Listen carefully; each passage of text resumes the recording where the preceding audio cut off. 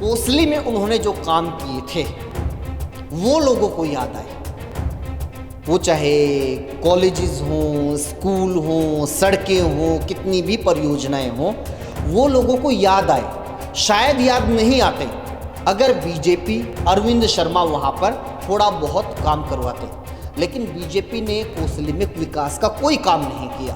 अग्निवीर को कोई भी जस्टिफाई नहीं कर सकता, कोई बीजेपी का नेता, मोदी जस्टिफाई नहीं कर सकते। अगर अग्निवीर इतनी अच्छी योजना थी तो कोसली में आते, पूरे हरियाणा में आते, किसी भी देश के हिस्से में जाते तो अग्निवीर के नाम पर वोट मांगते, लेकिन ऐसा बीजेपी ने नहीं किया। भूपेंद्र हुड्डा घरों में जा रहे हैं, दुकानों में जा रहे हैं, लोग मिल रहे हैं, लोगों से उनके साथ फ़ोटो खिंचवा रहे हैं, अपने 5 साल के एक्सपीरियंस शेयर कर रहे हैं। दीपेंद्र हुड्डा अपने पुराने किए गए कामों को बता रहे हैं, क्योंकि देखिए काम करने में तो कोई कसर नहीं छोड़ी। ये तो बीजेपी वाले भी नहीं कह सकते कि दीपेंद्र हुड्डा ने रोहतक लोकसभा में काम करवाने में कोई कसर छोड़ रखी है। एक तो पिछली बार की हार की जो चोट थी उससे जो सीख मिली थी, और एक डर भी था, ये दीपेंद्र हुड्डा के जहन में भी होगा और जो तमाम कांग्रेसी थे और तमाम जो दीपेंद्र हुड्डा को जिताने की चाह रखने वाले लोग थे उनके जहन में भी होगा कि नहीं, हार सकता है अगर वोट नहीं देते, हार सकता है, ऐसा नहीं है कि हार नहीं सकता। तो फिर लोगों ने भर भर के वोटिंग की, वोट करने के लिए घरों से निकले, तो उसका नतीजा है कि भी आप राम के नाम पे या एक मंदिर के नाम पे हरियाणा के सारे लोगों की वोट कैसे ले सकते हैं? क्योंकि अगर मोदी के पूरे 10 साल में मोदी ने पूरे देश में जितने मंदिर बनवाए होंगे, इतने आप अपने कुरुक्षेत्र में आ जाओ, इतने तो हुड्डा ने यहाँ पे 10 साल में कुरुक्षेत्र में बनवा दिए होंगे। बहुत कम ऐसे लोग हैं जिनको आपने कोई सलाह दी, कोई अच्छी सलाह दी और उसने मान ली, ऐसे बहुत कम लोग हैं। लेकिन इस मामले में दीपेंद्र ने ये किया है कि किसी ने अगर ठीक ठाक सलाह दी है तो उसको माना है, उसको अमली जामा पहनाया है। नमस्कार दोस्तों, द एयर न्यूज़ में आपका स्वागत है। दोस्तों, मेरे साथ आज आपका रिपोर्टर से महेंद्र सिंह है।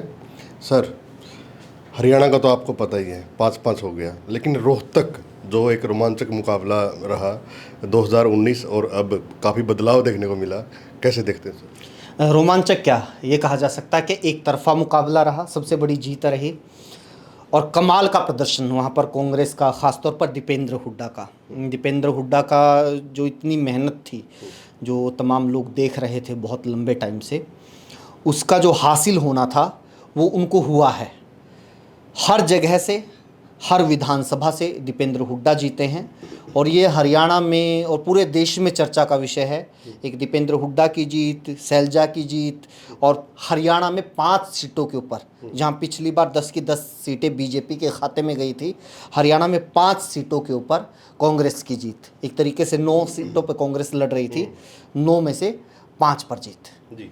तो रोहतक में जैसे कोसली की अगर बात करें, जब जो इतनी बड़ी हार थी दीपेंद्र हुड्डा की और 2 वोटों से वहाँ से जीते हैं, बहादुरगढ़ से बात करें तो बादली से बात करें, सर रोहतक शहर से भी बात करें तो दीपेंद्र हुड्डा का जो प्रचार करने का तरीका, उसका कुछ फर्क था सर? या जो किसान आंदोलन हुआ, पहलवान आंदोलन हुआ, जो लोगों में पोर्टल की सरकार विपक्ष कहती थे, इन चीज़ों का कुछ असर दिखाई दिया जी? सारी चीज़ों का, एक का नहीं कह सकते, सारी ही चीज़ों का। लेकिन पहले अगर हम कोसली की बात करें तो ये अपने आप में चमत्कारी प्रदर्शन है, क्योंकि तमाम जो लोग विश्लेषण कर रहे थे, यहाँ तक कि तमाम कांग्रेसियों से आपने बात की होगी, ये मान के चल रहे थे कि लीड कम हो जाएगी। पिछली बार 70,000 उससे भी ज़्यादा की लीड, और फिर ये था कि लीड कम हो जाएगी। कितनी हो जाएगी जी? हो जाएगी 40-40 या 30-40 के बीच में आ जाएगी, 50 तक भी बोल रहे थे बहुत सारे लोग तो, ठीक है। लेकिन ये मानकर कांग्रेसी भी चल रहे थे कि वहाँ पर जीतेगी तो बीजेपी ही, लेकिन नहीं जीती। एक जो फैक्टर था कि अंडर करंट बोलते हैं जिसको, अंडर करंट किसकी साइड है ये वोटिंग के दिन तक भी नहीं पता चला। ये एग्जिट पोल में तो खैर बिल्कुल जो झूठ दिखाया गया वो तो किस वजह से हुआ, ये अपने आप में एक बड़ा स्कैम है, लेकिन तब तक भी लोगों को एहसास नहीं हुआ कि ये अंडर करंट है किसकी तरफ। ये चुनावी नतीजों में वोटिंग की जब काउंटिंग हुई तब पता चला कि ये जो अंडर करंट है ये कांग्रेस की तरफ था। और कोसली में तो कमाल ही हुआ है, क्योंकि उस एरिया को बहुत बड़ा होल्ड माना जाता है बीजेपी का। उस एरिया में अहीर बहुल इलाका है, लगभग एक तरफा बीजेपी के पक्ष में वोट करने के लिए जाना जाता है। राव इंद्रजीत सिंह का अच्छा खासा प्रभाव वहाँ पर माना जाता है कि उनकी कोठी से, उनकी हवेली से जो आदेश आएगा उसको मानेगा पूरा इलाका और फिर एक तरफा वोटिंग करेगा। लेकिन ये नहीं हुआ। क्यों नहीं हुआ? क्योंकि पिछली बार बहुत बड़े अंतर से दीपेंद्र हुड्डा को कोसली ने हराया। दीपेंद्र हुड्डा ने क्या किया, उसके बाद भी कोसली से संपर्क नहीं तोड़ा, लगातार उनका वहां पर जनसंपर्क रहा। दूसरा, कोसली में उन्होंने जो काम किए थे वो लोगों को याद आए। वो चाहे कॉलेजेस हों, स्कूल हों, सड़कें हों, कितनी भी परियोजनाएं हों, वो लोगों को याद आए। शायद याद नहीं आते अगर बीजेपी, अरविंद शर्मा वहां पर थोड़ा बहुत काम करवाते, लेकिन बीजेपी ने कोसली में विकास का कोई काम नहीं किया। इस वजह से लोगों ने आंकलन लगाया कि क्या सच में ही ये जात पात की राजनीति में फंसकर हम लोग किसी ऐसे नेता को हरा रहे हैं जिसने काम किया है, और किसी ऐसे नेता को हम जिता दे जिसने कुछ नहीं किया है। तो ये कहीं ना कहीं अंदर ही अंदर एक पूरे इलाके में समझ बनी, और फिर आखिर में उसका नतीजा ये रहा कि कोसली से भी दीपेंद्र जीत कर निकले हैं। बिल्कुल, बीजेपी के विधायक जो कोसली से हैं तो वहाँ उसके गांव से भी दीपेंद्र जीत रहे हैं जी। हाँ, और एक बड़ी वजह ये भी है कि स्थानीय विधायक का विरोध था, मौके के जो सांसद थे अरविंद शर्मा थे उनका विरोध था। कोसली के तमाम सर्वेज आप लोगों ने भी किए, लोगों से हमने सुना कि सबसे बड़ा मतलब लोगों को टीस ये थी कि हमने अरविंद शर्मा को जिताने में सबसे बड़ी भूमिका निभाई है, क्योंकि बहुत सारी जगहों से तो दीपेंद्र जीत रहे थे, लेकिन कोसली ने ही इतना मार्जिन दे दिया कि बाकी जगहों की जो लीड थी वो छोटी पड़ गई दीपेंद्र हुड्डा की पिछली बार। बावजूद इसके अरविंद शर्मा धन्यवाद करने के लिए कई गांव में नहीं पहुंचे, तो लोगों की शिकायत ही ये थी। और जब अरविंद शर्मा का विरोध हुआ था रोहतक पूरे लोकसभा क्षेत्र में, सबसे पहला विरोध कोसली से हुआ था। और फिर वहां पर किस तरह से जिसने विरोध किया था उसने कहा कि हम बीजेपी के लोग हैं, फिर उसको धमकवाया गया पुलिस के जरिए।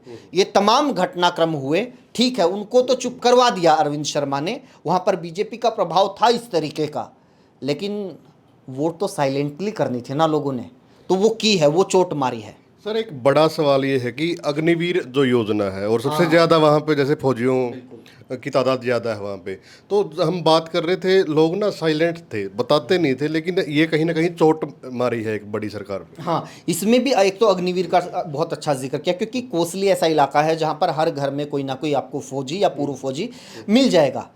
अग्निवीर को कोई भी जस्टिफाई नहीं कर सकता, कोई बीजेपी का नेता, मोदी जस्टिफाई नहीं कर सकते। अगर अग्निवीर इतनी ही अच्छी योजना थी तो कोसली में आते, पूरे हरियाणा में आते, किसी भी देश के हिस्से में जाते तो अग्निवीर के नाम पर वोट मांगते, लेकिन ऐसा बीजेपी ने नहीं किया। इस बात को समझने में, ठीक है, एक पुरुष तबका होता है, बहुत सारी लाग लपेट होती हैं, पार्टीबाजी होती है, जातिवाद भी बहुत सारे लोगों में होता है, लेकिन महिलाओं ने इस बात को बहुत अच्छे से समझा। महिलाओं से जब हमने सुना तो बोले ये बहुत गलत है, बच्चों के रिश्ते तक नहीं हो रहे, ब्याह तक नहीं होने लग रहे। और वहाँ पर तो युवा, जो गांव के खेल मैदान हैं, स्टेडियम हैं, वहाँ पर तो सैकड़ों सैकड़ों की तादाद में रोज़ शाम को इकट्ठा हो जाते थे। वहाँ पर जो एकेडमीज चलती थी, उन्होंने बताया कि अग्निवीर योजना लागू होने से पहले और लागू होने के बाद ज़मीन आसमान का अंतर है। जो मैदान पूरा का पूरा भर जाया करता था युवाओं से, अब वो खाली पड़ा हुआ है, इक्का दुक्का लोग आ रहे हैं। तो ये बहुत बड़ा फैक्टर रहा, और अग्निवीर योजना को दीपेंद्र हुड्डा ने बार बार उठाया, उनके संबोधनों में रहा, उनके भाषणों में रहा, और एक अहीर रेजिमेंट का मुद्दा वो उन्होंने खूब उठाया। संसद से लेकर सड़क तक, जहां पर भी धरने प्रदर्शन हुए, मार्च हुए, दीपेंद्र हुड्डा हर जगह पहुंचे। तो ये अहीर रेजिमेंट का मुद्दा, अग्निवीर का मुद्दा, और फिर जो निकारापन कह लीजिए, बीजेपी का निकम्मापन कह लीजिए, कोई काम नहीं करवाया, और जो मौके के सांसद थे उनकी गैर हाजिरी इलाके से, बहुत सारे ये तमाम फैक्टर्स मिलके ये चमत्कार हुआ है एक तरीके से कोसली से। हरियाणा में एक बड़ी जीत दीपेंद्र हुड्डा के नाम रही है, लेकिन अगर बात करें जितने भी लोकसभा के प्रत्याशी खड़े थे तो सबसे ज़्यादा मेहनत दीपेंद्र हुड्डा ने की है, और जितने भी गांव हैं लोकसभा के सब लगभग 600 के आसपास गांव है, तो सभी में दीपेंद्र हुड्डा गए हैं। उन्होंने खुद भी ये बयान दिया था। इसका भी काफ़ी फर्क पड़ा क्योंकि हर गांव में जा रहा है, डोर टू डोर किया है, तो इन चीज़ों का भी फर्क पड़ा हुआ है। हाँ, एक तो गांव के दौरे, लेकिन डोर टू डोर जिसका आपने जिक्र किया उसका बहुत फर्क पड़ा है, क्योंकि शहरों में ज़्यादातर माना जाता है कि बीजेपी का होल्ड है, लेकिन हर शहर से दीपेंद्र हुड्डा अच्छे खासे मार्जिन के साथ जीत कर निकले हैं। 20-20 हज़ार प्लस का मार्जिन है, कहीं से भी आप उठा के देख लीजिए। वो हुआ डोर टू डोर की वजह से कि भाई दीपेंद्र हुड्डा घरों में जा रहे हैं, दुकानों में जा रहे हैं, लोग मिल रहे हैं, लोग उनसे उनके साथ फ़ोटो खिंचवा रहे हैं, अपने 5 साल के एक्सपीरियंस शेयर कर रहे हैं। दीपेंद्र हुड्डा अपने पुराने किए गए कामों को बता रहे हैं, क्योंकि देखिए काम करने में तो कोई कसर नहीं छोड़ी। ये तो बीजेपी वाले भी नहीं कह सकते कि दीपेंद्र हुड्डा ने रोहतक लोकसभा में काम करवाने में कोई कसर छोड़ रखी हो। तो एक लोगों का एहसास हुआ, एक पर्सनल टच होता है ना। अब आप जिसके साथ मिल बैठ गए, दीपेंद्र हुड्डा का थोड़ा सा रवैया व्यवहार भी ऐसा है कि जिनके साथ मिल बैठ गए, बात कर ली, तो उनको अपना बना लेते हैं। तो वो है जो वो डोर टू डोर हुआ, उसका बहुत ज़बरदस्त असर देखने को मिला। और ये जो जीत का मार्जिन है, जीत तो शायद जाते ही दीपेंद्र हुड्डा, क्योंकि पिछली बार के मुकाबले अब बता रहे हैं कि पिछली बार तो बहुत ढील छोड़ दी थी चुनाव में। सारे लोग मान के चल रहे थे कि दीपेंद्र तो जीता बैठा, दीपेंद्र को कौन हरा सकता है। हमने भी, जब हम लोग उस टाइम पे तो बल्कि पत्रकारिता करते थे, तो कुछ दिन हमने लगाए थे वहाँ पे, तो लोग ये कह रहे थे कि यहाँ से चाहे मोदी आ जाओ, मोदी ने पटक देंगे, दीपेंद्र हुड्डा ने कौन हरा देगा। तो इस वजह से ये कह रहे हैं कि वोटिंग परसेंटेज भी कम रहा। जहाँ पर दीपेंद्र का स्ट्रॉन्ग होल्ड था, उन बूथ के ऊपर वोट कम पड़े। बहुत सारे लोग ये सोच के कि दीपेंद्र तो जीता बैठा है, वोट करने नहीं गए। बूथ मैनेजमेंट अच्छे से नहीं हुई, इलेक्शन मैनेजमेंट उस तरीके से नहीं हुई। और एक जो लंबा चुनाव प्रचार जिस तरीके का इस बार चला है, वो लंबा प्रचार नहीं चला। वही जो कांग्रेस का एक स्टाइल रहता है कि टिकट मिल गई, 10-15 दिन का जो धुआंधार प्रचार होता है, तूफानी दौरे होते हैं, वो करो, उसके बाद जो एक हवा होती है, एक लहर होती है, उसमें जीत जाते हैं। लेकिन एक तो पिछली बार की हार की जो चोट थी, उससे जो सीख मिली थी, और एक डर भी था, ये दीपेंद्र हुड्डा के जहन में भी होगा, और जो तमाम कांग्रेसी थे और तमाम जो दीपेंद्र हुड्डा को जिताने की चाह रखने वाले लोग थे, उनके जहन में भी होगा कि नहीं, हार सकता है अगर वोट नहीं दी तो, हार सकता है, ऐसा नहीं है कि हार नहीं सकता। तो फिर लोगों ने भर भर के वोटिंग की, वोट करने के लिए घरों से निकले, तो उसका नतीजा है ये। बिल्कुल। लास्ट दौर में रोड शो नहीं किया कोई भी, एक बड़ी बात रही। तो ये सूझबूझ थी, सारी प्लानिंग के तहत था सारा। कई चीज़ें देखो, एक और ख़ास बात रही, कोई बड़ी रैली नहीं की गई रोहतक लोकसभा कोई क्षेत्र बड़ा नेता नहीं आया, मतलब चुनाव के दौरान कोई राष्ट्रीय स्तर का, ना राहुल गांधी आए, ना प्रियंका गांधी को बुलाया गया, ना मल्लिकार्जुन खड़गे को बुलाया गया। उनके जितने भी दौरे हुए, ये भी भूपेंद्र सिंह हुड्डा ने बड़ी सूझबूझ लगाई है, या रणनीति थी कि भाई उनको शायद एहसास था कि यहाँ पर इनफ हैं, दीपेंद्र हुड्डा या खुद वो इनफ हैं कि वो जीत ले जाएंगे। तो आप बाकी जगह पे करिए, अगर राहुल गांधी, प्रियंका गांधी आएँ तो आप कीजिए, सिरसा में कीजिए, आप अम्बाला में कीजिए, आप सोनीपत में कीजिए, तो बाकी जगहों को आप स्ट्रॉन्ग कीजिए। तो उसका असर देखने को मिला, क्योंकि राष्ट्रीय नेताओं के कम ही प्रोग्राम होते हैं। आप 2-3 रैली करवा लोगे, ऐसा तो है नहीं कि हर ज़िले में, हर लोकसभा क्षेत्र में करवा लोगे। ऐसा ही मोदी करते हैं, ऐसा ही इनका करना था। तो वो जो डिस्ट्रीब्यूशन हुआ ये। दूसरा, कहीं पर भी ना भीड़ कल्चर नहीं दिखाया दीपेंद्र हुड्डा ने। भीड़ कल्चर के, भीड़ चल रही है, लहर चल रही है, ट्रैक्टरों का लंगार लगा हुआ है, ये है ना एक नेगेटिव हो जाता है कई बार। ये है ना नेगेटिविटी हो जाती है जब भीड़ चलती है, तो उसमें कई तरीके के ऐसे दोष आ जाते हैं जो बहुत सारे लोगों को अखरते हैं। वो चीख चिल्लाहट भी होती है, अपना किल की मार स्टाइल भी है फिर हरियाणा का, तो वो भी होता है। तो इस बार इस बात में पूरा ध्यान रखा गया, जब नॉमिनेशन हुआ तब कोई ज़्यादा भीड़ नहीं हो, कोई रोड शो ना हो, कोई बड़ी रैली ना हो, जिस तरीके से गुहाना में पिछली बार की गई थी, तो इस तरीके की कोई रैली ना हो। तो ये तमाम चीज़ें छोटी छोटी और एक चीज़ है कि इस चुनाव में बहुत कम ऐसे लोग हैं जिनको आपने कोई सलाह दी, कोई अच्छी सलाह दी और उसने मान ली हो। ऐसे बहुत कम लोग हैं, लेकिन इस मामले में दीपेंद्र ने ये किया है कि किसी ने अगर ठीक ठाक सलाह दी है तो उसको माना है, उसको अमली जामा पहनाया है। बीजेपी के लगभग बड़े से बड़े नेता वहाँ पे थे और एक हॉट सीट बन गई थी।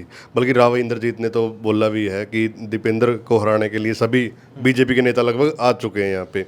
जेपी नड्डा का रोड शो हुआ, नायब सैनी जी का रोड शो हुआ।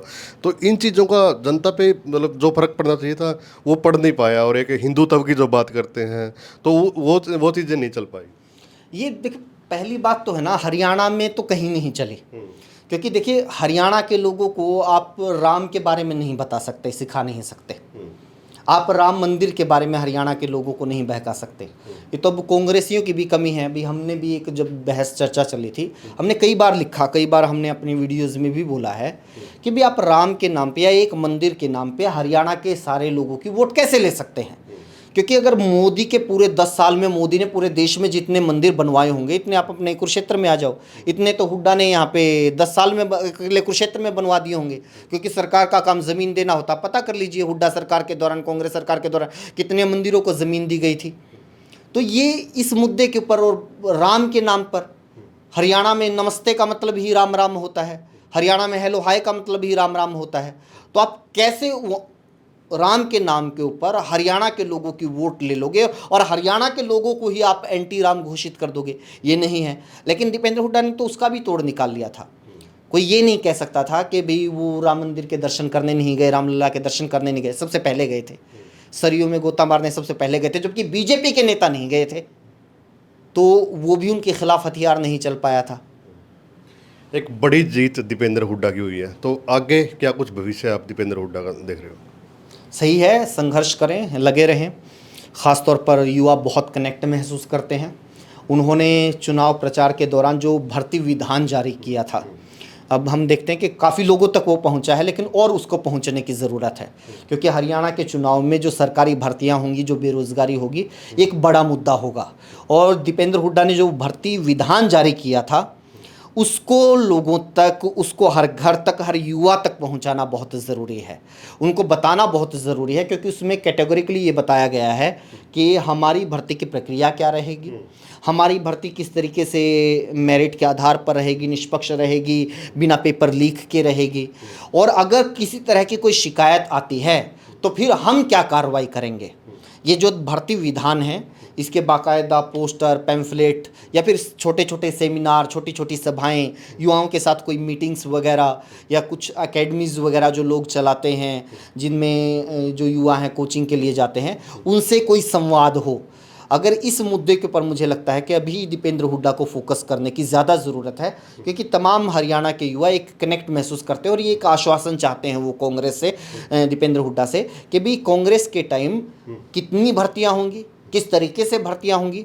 आपको याद होगा कि राष्ट्रीय कांग्रेस ने इसी चुनाव में ये किया कि जब 30 लाख से ज़्यादा नौकरियों का वादा किया तो एक बाकायदा कैलेंडर जारी किया गया कि इस तारीख को भर्ती निकलेगी, इस तारीख को पेपर होगा, इस तारीख को रिजल्ट आउट होएगा। तो हरियाणा में भी जो 2 लाख से ज़्यादा पद खाली पड़े हुए हैं, कांग्रेस के नेता कहते हैं कि हम इनको भरेंगे, लेकिन उसकी बाकायदा एक कैलेंडर जारी होना चाहिए उस भर्ती विधान के साथ कि हाँ इस तारीख को ये इस महकमे की इतनी भर्तियां निकलेंगी, तब पेपर होगा, ये होगा, वो होगा। तो उससे ज़्यादा भरोसा जगेगा युवाओं में ख़ास तौर पर। बातचीत करने के लिए धन्यवाद सर। Thank you.